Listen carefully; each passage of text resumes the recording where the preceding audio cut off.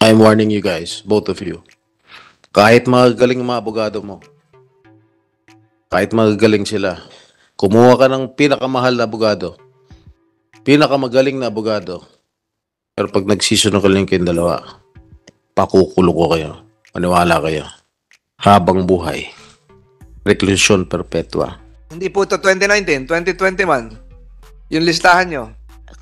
October 2021. So, babalik tayo dun sa tanong ni Senator Estrada. Pinasweldo nyo ho siya?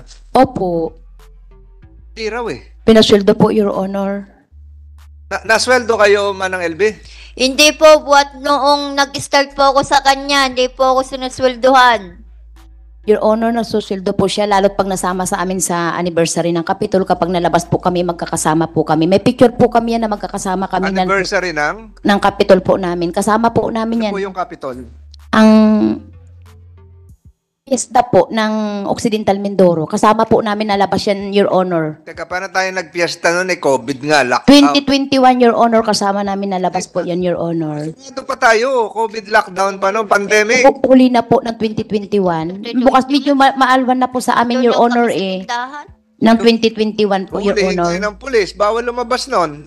IATF, ano ba noon? Max, anong tawag doon? Quarantine, anong tawag doon? MECQ. MECQ. Nakakalimutan natin yung salita, MECQ. Ano ibig sabihin ng MECQ? Modified Enhanced Community Quarantine. Ayun, yung modified ay bawal nga magdikit-dikit eh, may espasyo sa paglabas ng social distancing, di ba ho? So, nag-celebrate pa kayo? Your Honor, ano po yun? November 2021, Your Honor. Ay, MECQ pa nga. Medyo maalwan na po sa amin nung time na yun, 2021 eh. Ganun ba? Opo. Magagalit yung IITF sa Mindoro. Paano nangyari yon? So, continuing the line of questioning of Senator Estrada, nagpasweldo kayo, hindi? Pasweldo po, Your Honor. Pasweldo. Lumabas pa, nag-violate pa kayo nung COVID-19 quarantine protocol, self-protocol. Nakalabas pa kayo. Na po, Your Honor. Bawal nga magbenta sa tindahan eh. Yung pagbenta nun eh, online yung iba. May plastic po. Yes. Yung iba, naka-face shield pa eh. Opo, opo. Oo. Tapos kayo nag-celebrate sa labas. 2021 po yun, Your Honor, ng November. Medyo maalwan na po nung time na yun eh. Hindi ah. Medyo mahigpit pa noon. Medyo mahigpit pa noon. So lahat ng sinasabi mo, pinabubulaanan mo na wala kang ginawang masama kay Manang LB. Opo, Your Honor. Kung mayroon man, yung mga kasamahan niya po. Mga kasamahan niya, yung mga kasamahan niya, pumasok doon sa banyo ninyo at inuntog siya. Hindi ko baga po alam, Your Honor. Hindi ko naman po nakikita kasi nandun nga po ako sa tindahan. Paggabi po, nasa loob na naman po Pero ako. kanina yung pinag-uusapan, yung tindahan, malapit din sa banyo. At rinig din yung nangyayari sa banyo. Opo, Your Honor. Ang sukat lang po ng tindahan namin is 11 feet and 140 meters. Napakalapit po, Your Honor. Kaya kung may sinasaktan po, maririnig po. Ang aming division po ay plywood. Rinig na rinig, Your Honor. Ang dingding po ng ang mga kwarto nila, plywood din po. Tapos yung sa likod po ng kwarto nila, Your Honor, daanan, iskinita. Dikit-dikit po, Your Honor, ang bahay. Dito po sa harapan, Your Honor, gasolinahan. Yung gasolinahan may fire exit na may butas na 2 ganyang kataas, Your Honor. Tapos yung tindahan namin open po doon na may gasolinahan din po sa kabila. Eh yung sabitan ng karne, saan yun? Sa taas po ng palengke. Sinabit nyo raw siya doon? Your Honor, walang katotohanan po, Your Honor. Sa taas po ng palengke ang sabitan ng karne. Manang LB, may sabitan ba ng karne sa tindahan? May naiiwan po doon pag nagpakakatay po ng baka. Nag-aiwan po sila ng sabitan ng karne doon. Sabitan ng karne, ito ba yung bakal na parang letter J? Opo. Doon ka sinabit? Sinabit ka doon? Opo. Saan yun? Sa palengke o sa bahay? Doon po sa may kusina po. Meron din sabitan doon. Paano ka sinabit? Kamay lang po ng kasama ko. Sino nagutos? Si Ate Franz po. So, paano? Nakatali ka sa lubid o sinabit ka doon sa damit mo? Mapupunit yun? Sa leg po. Ha? Binuhat po. Binuhat ka pasakal? Opo. Yung pong boy namin, yung nagkatadtad ng karne namin. Anong pangalan? Si Ogie po. Paano ko naisabit? May tali ka sa leeg? May tali ka sa bewang? Paano? Wala po, binitbit lang po at binitin po talaga ako ni Kuya Ogie sa leeg na bakal. Upon instructions ni Ginang France? Sa utos ni Ginang France? Opo. Paano mo alam na nag-utos siya? Sabi po niya, ikaw nang bahala dyan, ikaw nang bahala dyan. Yun lang ang inutos ni Ginang France. Ikaw na bahala dyan, ikaw na bahala dyan. Ang ginawa sa'yo ni Ogie, isinabit ka rin sa, ano? Sa karne, sa sabitan po ng karne. Wala namang inutos si Ginang France na isabit ka doon. Wala po. Si Ogie lang. Opo. Sabi niya po, sige, bahala ka na dyan. Nakita ni Ginang France ang pagsabit sa inyo dyan. Nakita ba? Opo. Ano sinabi niya? Yun nga po, sabi niya, sige, bahala ka na dyan. Wala siyang ginawa na Wala po. ilan? Hindi po. Tumatawa pa nga po siya pagpasok niya doon sa loob, papunta niya sa kwarto. Ganong katagal po yun nangyari? Ilang minuto? Ganong katagal po yun? Parang 3 oras po. 3 oras kayo sinabit? Sa 3 minuto lang po. Kaya ulitin natin, 3 oras, 3 minuto. 3 minuto po. Nandun si si Ginang France. Nagpasok na po siya sa loob, sa kwarto. Pinagtatawaran ka pa. Opo, pagpasok niya po sa loob, nang pagpapasok niya sa kwarto, magbibihis na. Okay, Aling LV, magbalik tanaw tayo ha. Kailan ka ba unang sinaktan ni Ginang France? Nung pong 2020. 2020. Opo. Bakit ka sinaktan? Yun nga po, yung pong laging sinasabi, yung nagnakaw, naglalagay daw po ako sa mga pagkain. Ano nilalagay mo sa mga pagkain? Yung Allegedly. mga bulbul po sa pagkain. Before you proceed, Senator Estrada, the chair would like to recognize the online presence of from the Office of the Chief State Prosecutor Richard Anthony Padulion. Nandiyan ka ba, sir? Good morning, Ano, Your Honors. Good morning, Your Honors. Yes, thank you, Your Honor. Good morning, Your Honor. Anong rango mo sa State Prosecutor's Office? I am a Senior Deputy State Prosecutor, Your Honor. Thank you for being online. Mamaya papaswear ka namin. Pero I hope you've been monitoring this proceedings. The truth of the matter, Your Honor, please, is that I was just informed just now to join online for Yes, coming from the chair. Yes, Your Honor.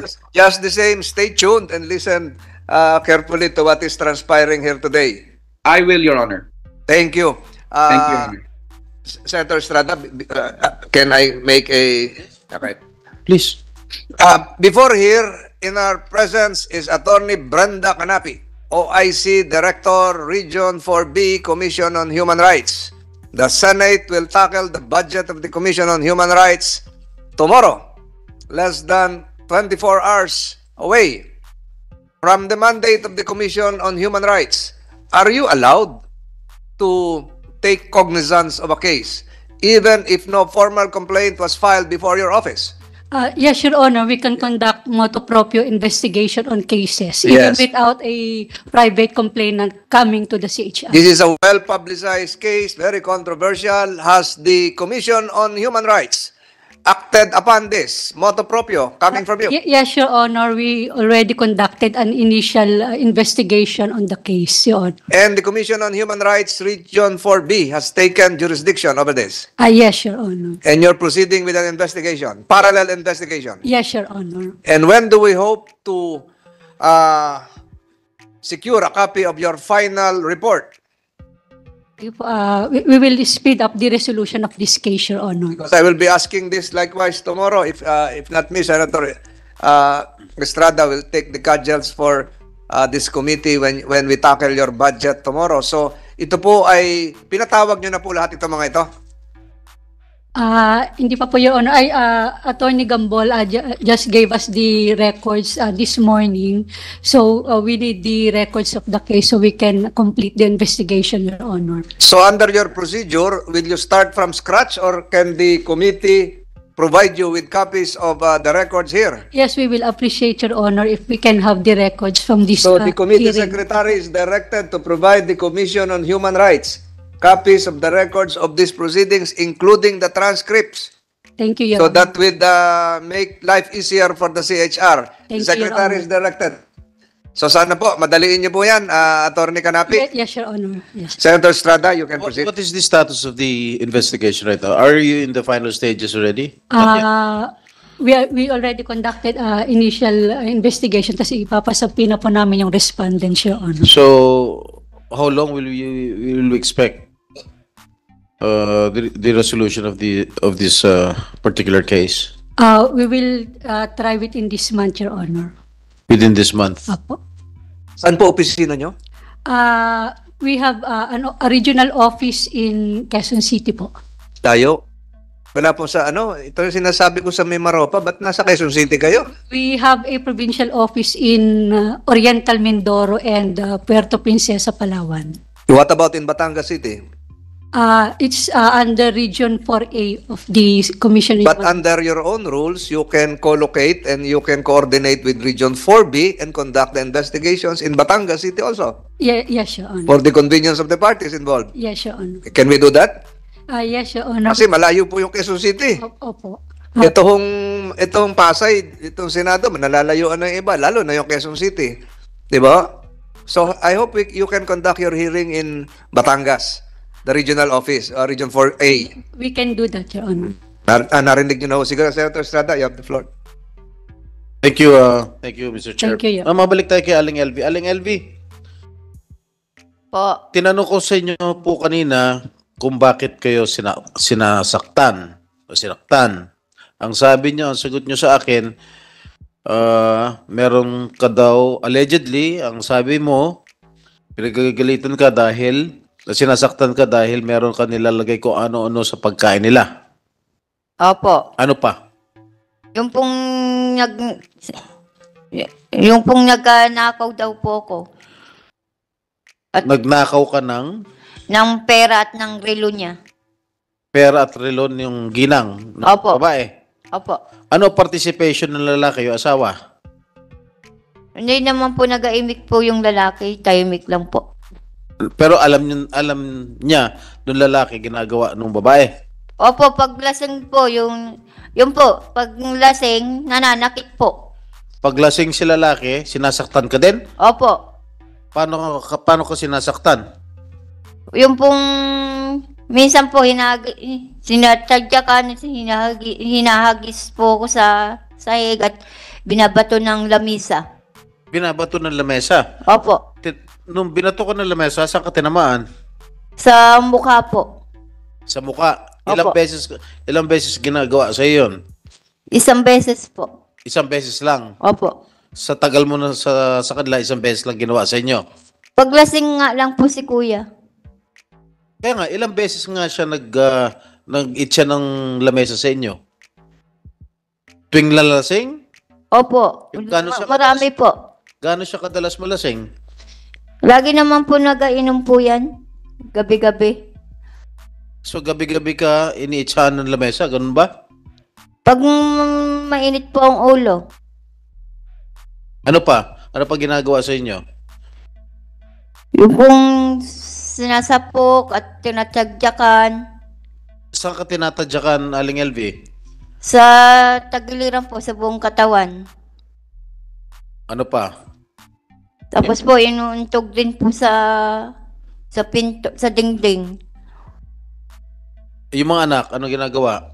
Yung pong dalawang anak niya po, hinampas po ko ng hanger at ng sunturon at sinuntok po sa tagiliran ni Jerome. Yung Jerome, yung minor de edad. Opo. Ilan taon na anak mo? Ano? 16 po, Your Honor. Yung isa? 18 pa lang po. Yung 18 Jerome, ka- ilan taon na? 16 po, Your Honor. Yung isa, ano pangalan? Danica po, Your Ayun Honor. isang pinapatawag ko. Dali mo na lang para Madadala mo ba o mapapangako mo madadala mo sa susunod na hearing? No, you cannot talk. I'm asking you. Opo, Your Honor. Madadala mo? Opo. Oh, Aling LV. Po. Ituloy mo yung kwento mo rin sa amo mong lalaki. Yun nga po, pag lasing, sinasaktan din po. Yun lang. Tinatadyakan sa muka. Merong sinasaktan ka ba sa muka? Wala po. Sa katawan lang. Ay, yung pong natamaan po ng lamisa yung mukha ko. Pagbato. Isang beses lang po nangyari. Marami na po. Panay lamesa ang iniitsa sa inyo? Opo. Laging lamesa? Minsan po, hinampas po ako sa likod. Hinampas ka ng? Nabali nga po yung paa ng lamisa eh. Lamesa pa rin? Opo. Kahoy? Plastic. Plastic. Nasaktan ka pa rin? Opo, yung sa likod. Gaano kalayo nung initsahan ka ng lamesa? Yung malayo-layo po ng konti. Okay. Ginoong Pablo, pakitanggal ang face mask mo. Para sumikat Yes, Your Honor. Ano masasabi mo? Ay, wala po katotohanan po ang sinasabi ni LB po. Kasi lagi po ako sa biyahe. Kung yung pag-inom naman na sinasabi niya, kasi pagod ako minsan, bumibili ka rin isang gin. Kalahati na po. Ano po? May inom din po ako. Lagi ka raw lasing. Hindi po. Pag lasing ka daw, pinagdidiskitahan mo to si Aling LV. Hindi po. Tinatapunan mo ng lamesa, initsa mo ng lamesa. Wala po, wala katotohanan po yan. Pero nasaktan niyo siya. Hindi po. Kahit kailan. Opo. Kontra doon sa sinasabi ni Aling LV. Wala po. Kahit kailan, pero yung asawa mo nanakit. Hindi ko po alam, hindi ko po nakikita po kasi lagi po ako sa biyahe. O lagi ka lasing, kaya hindi mo nakikita. Hindi po, hindi ako lasing po. Bira lang ako po uminom. Sabi ni Aling LV, halos gabi-gabi, Hindi po. uminom ka. Walang po katotohanan po yan. Ibig sabihin, hindi mo nakikita yung asawa mo. Minsan nakikita ko po pagdating ko po na galing biyahe, pagbaba ng Ano ba puting trabaho paninda mo? namin po, nagdideliver trabaho po mo? ako. Ano trabaho mo? Bumibili po ng paninda tapos nagdi-deliver din po. Bumibili ng Mga paninda namin po na gulay. mga gulay Opo. sa palengke. Tapos, nitinis tindahan ninyo. Opo, saka dinideliver po yung iba. Anong oras? Anong oras trabaho mo? Bali pag ang oras yan po, kahit hanggang hapon, hanggang uwi kami na makapag-deliver po. Usually, anong oras ka umuwi ng gabi? Ay minsan po mga 5, alas 6 po. Maaga. Opo. Anong oras ka umiinom? Ay minsan po pag bago ka kumain, may mga bili Saan ako ka isang umiinom? gin. Mga kalahati po, siguro wala akong kasama. Saan ka Wala- umiinom? Sa bahay o sa labas? Hindi po, sa bahay po. Sa loob ng bahay. Aling LV, nakikita mo ba yung amo mong lalaki umiinom sa loob ng bahay? Opo, sa tindahan. Doon po siya nag-iinom sa may kusina. Sino kasama? Siya lang po. Minsan, pag marami sila doon, yung boy namin, pag nagkakatay po sila ng baka. Saan sila nagkakatay ng baka? Doon sa tindahan? Sa palengke? Sa katayan po ng baboy, yung anong tawag doon? Opo. Alam nyo, pinapaalahan ko lang itong dalawang kayo mag-asawa. Kung natatanda ninyo, meron isang kasambahay nung araw, nagngangalang Bonita Baran. Yung amo, yun, mag-asawa rin, of Chinese descent. Pinapunta ko rito nung pangalawang termino ko bilang senador. Pinlansya po yung muka ng kasambahay. At nagsinungaling dito sa komite. I am warning you, both of you. I'm warning both of you. Dahil pag oras na napatunayan namin na kayong dalawa nagsisinungaling, pakukulong ka namin. Okay? Yung dalawang amo, yung mag-asawa nung araw, yan ang lansya ng muka kay Bonita Baran. Nasintensyahan yun. Habang buhay. Reclusion perpetua. Namatay na lang yung among yung babae. Nakukulong habang buhay sa Muntinlupa, yung lalaki. Pag kayo nagsinungaling dito, ganun din mapupuntahan ninyo. At seryoso ko rito. Seryoso ko rito sa kaso nito. Kaya nagkaroon ng batas kasambahay dahil kay Bonita Baran. Dahil sa pagmamalabis, pagmamaltrato sa kasambahay. Huwag kayo magsinungaling. Ngayon pa lang,